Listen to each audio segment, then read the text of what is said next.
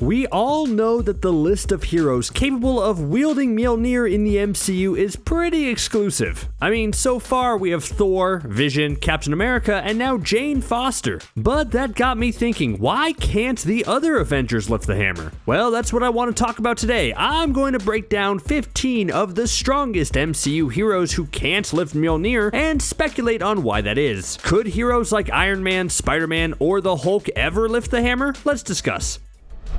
I think out of any hero on this list, Spider-Man has the most potential for lifting Mjolnir. I feel like he's just right there. If you're a believer in the scenario where Steve Rogers could nudge Mjolnir without quite lifting it in Age of Ultron because he was almost worthy, and not the theory where he could move it the whole time but chose not to, then I feel like the same thing is happening with Peter Parker. Because as a hero, Peter is totally worthy. Look at the Homecoming finale where he sees the Vultures about to blow up, and instead of saying a cool hero's catchphrase like "Vulch this" or something, actually good, Peter does everything he can to save Adrian Toomes. It's the same thing in No Way Home, where yes, Peter did have a moment of wanting to send every villain back to their timeline because it wasn't his problem, but soon realized that he could cure everyone from being a bad guy instead of just sending them to their imminent doom. To me, that's the heart of a worthy hero right there, right? So what's holding Peter back? Well, I think it has to do with Peter's guilt. We still don't know what exactly happened to the MCU's Uncle Ben, but we can guess it led to Peter feeling extremely guilty about not being there to save him. Normally, that's Peter Parker's entire driving force behind being a hero, and the MCU may have just doubled down on that. With the tragic demise of Aunt May, Peter was seen feeling broken and guilty on his own, and it was only with the help of his fellow Spider Bros that Peter could snap out of the funk and continue fighting. Though I don't think that guilt will ever go away, and I think that's what would stop Peter from ultimately lifting Mjolnir.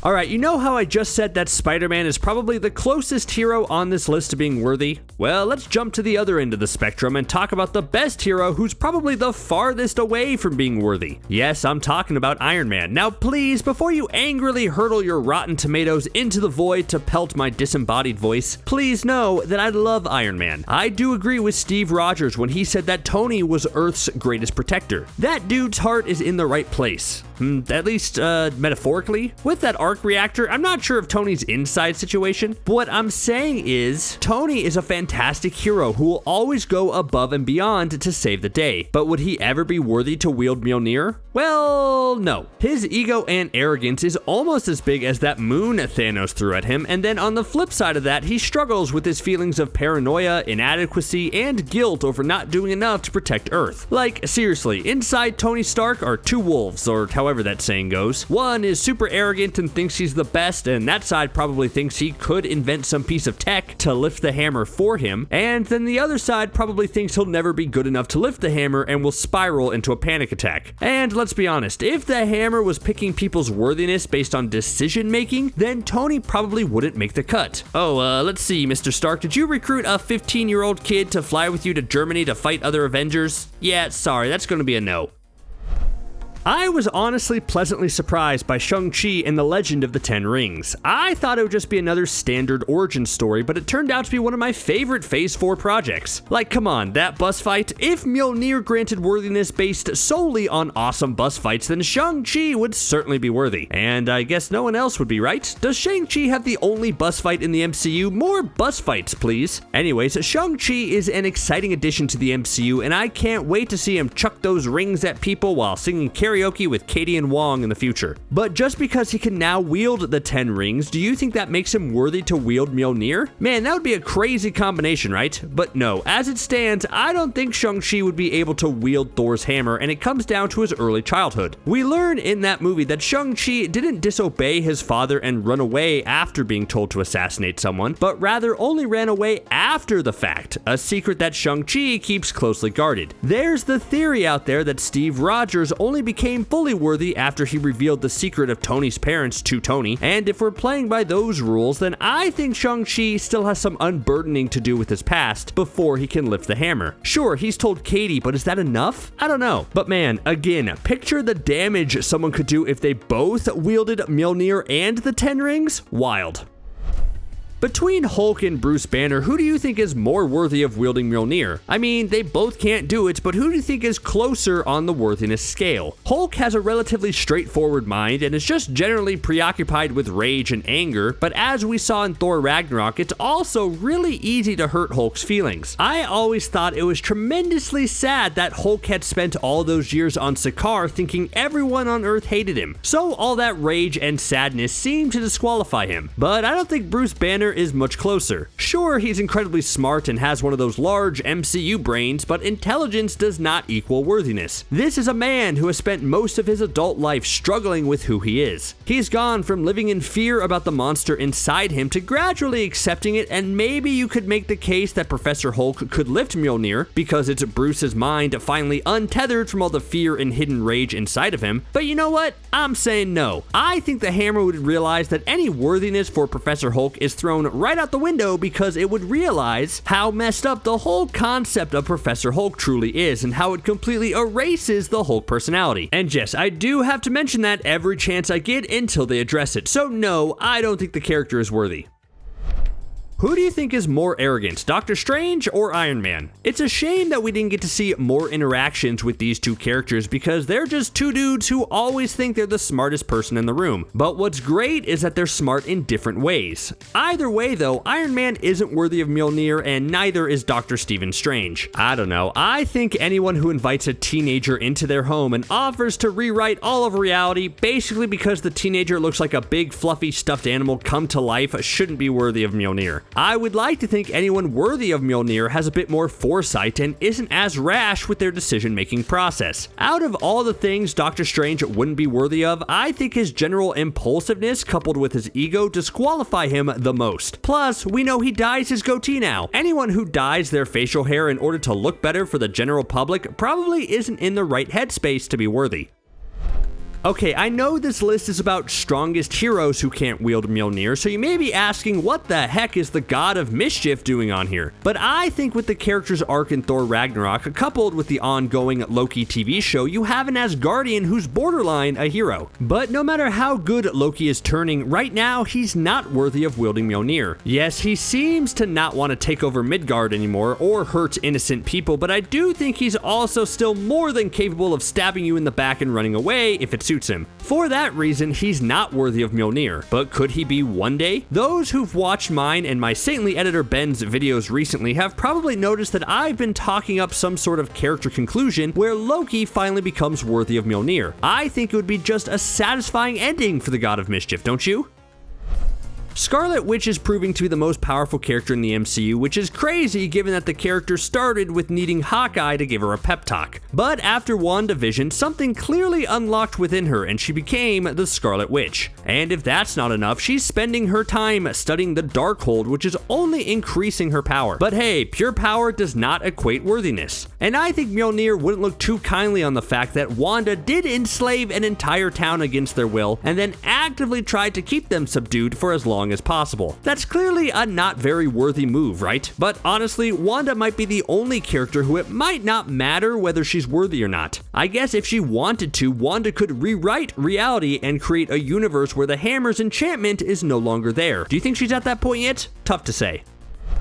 I know I started this list by saying Spider-Man was the closest to being worthy of Mjolnir, but you know who's probably also close? Ant-Man. That's right, Scott Lang may be the comic relief character for most of his movies, but behind all those laughs and jokes and Paul Rudd's dreamy eyes is a character without a whole lot of flaws. Yes, he keeps secrets from time to time, like how he didn't destroy the Ant-Man suit like he said, but they're all relatively minor secrets. Secrets that wouldn't disqualify someone from being worthy. But besides that, look at the strength of Scott's character. He loves his daughter more than anything, would always do what needs to be done in order to help people and protect his friends, and not only provided the key information to help bring everyone back from the snap, but also gave up presumably the most. Imagine if you're Scott and you see that your daughter, who you love more than anything, has suddenly aged 5 years. You'd probably want to spend time with her, right? But nope, Scott immediately worked with the Avengers to help save the day. A good dude. But why isn't he completely worthy? I don't know, probably has to do with Baskin-Robbins. Baskin-Robbins always finds out.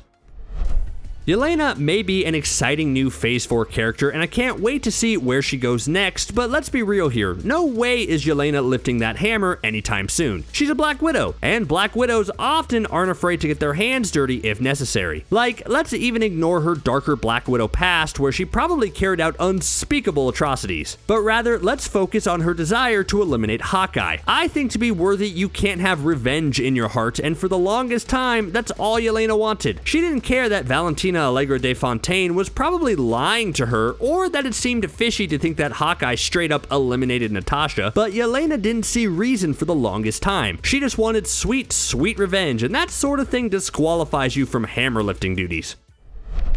Star-Lord is about as worthy of wielding Mjolnir as Drax is worthy at winning a poetry contest. It's not gonna happen. Yes, Star-Lord is an incredibly fun hero, and it's a real treat watching the Guardians and him stumble around the universe to save it, but that doesn't mean he'd ever be worthy of Mjolnir. Remember what I said about Tony Stark and Doctor Strange having huge egos? Well, at least they had the intelligence to back that up and warrant such huge levels of arrogance. Star-Lord is arrogant and thinks he's the coolest without ever succeeding, and I think that disqualifies him from being worthy of Mjolnir. But also, he lets his emotions get the better of him, as evidenced by his universe-ending decision to smack Thanos after getting too emotional during the fight on Titan, and thus ensuring the universe's ultimate defeat.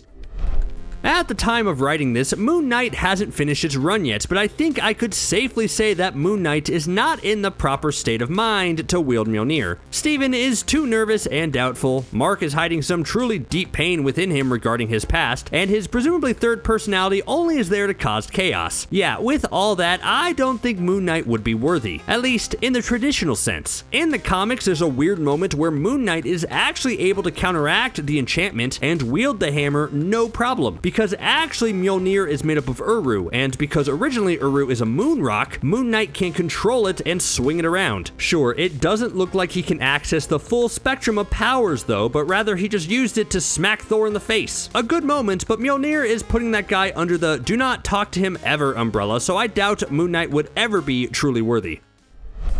Man, very similar to Ant-Man's entry, there's nothing inherently wrong with Hope Van Dyne's personality. She doesn't have any major tremendous fault that is prohibiting her from picking up Mjolnir and using it to become the mighty Wasp. But I guess the question is she still working through the trauma of her mother's disappearance and her tough relationship with her father? That was the driving backbone of the character for the first two movies, and you can tell they shaped her into the hero we saw in the movie, but now that she fixed her relationship with her dad and she has successfully rescued her mom, what more is there to work through? I think her next step would be crucial in deciding if she's worthy or not. Now that she's worked through all her major issues, will it be enough to lift Mjolnir or no? Could you imagine if she was successful and she could shrink and grow the hammer at will? Man, fun fact, Deadpool once wiped out Thor by using Pym particles to increase the hammer's size, so I'm just saying it's not impossible. Sam Wilson is the new Captain America, so it begs the question of if he's going to follow in his predecessor's footsteps and eventually work to wield the hammer like Steve Rogers. That might be a fun moment, right? But I do think Sam has a lot to work through before the hammer considers his worthiness. He's still grappling with living in the shadow of Steve Rogers and was originally hesitant about picking up the shield to begin with. Someone with that much doubt boiling inside him feels like they wouldn't be able to pick up and transform with the power of Thor, right? But from everything we've seen of Sam, we know he's a good hero who's always been loyal to the people around him, so even though he may not be worthy at this stage, I could see it happening down the line.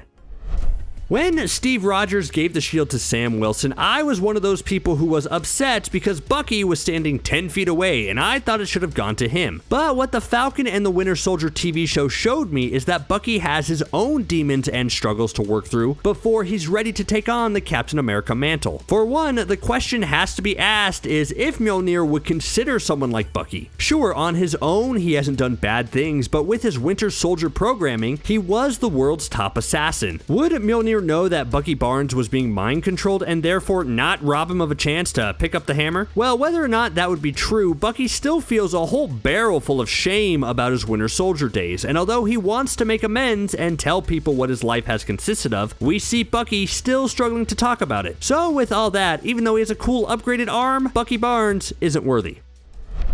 Sorry, Hawkeye, you're not worthy either. Yes, he lost his entire family, but that's really not an excuse to go on a legendary and terrifying hunting spree as the Dark Vigilante known as Ronin. That takes a special level of darkness. But even with his family back, I don't think Hawkeye would be worthy of the hammer. Now he's dealing with his own personal trauma, all about not being able to sacrifice himself first on Vormir and watching his best friend in the world throw herself off a cliff. That sort of traumatic and triggering moment sits with Hawkeye enough where he can't even watch New York's hottest Avenger play without being overwhelmed. Anyone who carries around that sort of baggage with him has no chance of lifting the hammer, ever. I know that robs us of seeing Hawkeye somehow attaching Mjolnir to his bow and shooting it like an arrow, but that's going to be the price we have to pay.